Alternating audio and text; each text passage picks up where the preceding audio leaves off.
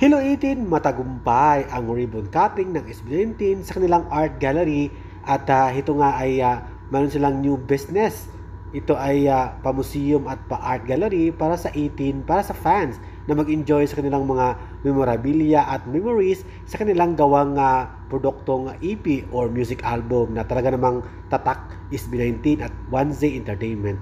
Samantala, ang eksena sa pag-welcome ng SB19 sa event ng ribbon cutting.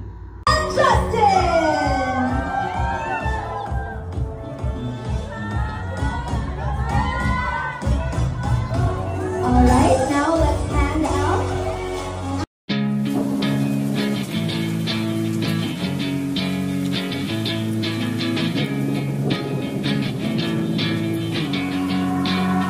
Yeah, I will always be a warrior.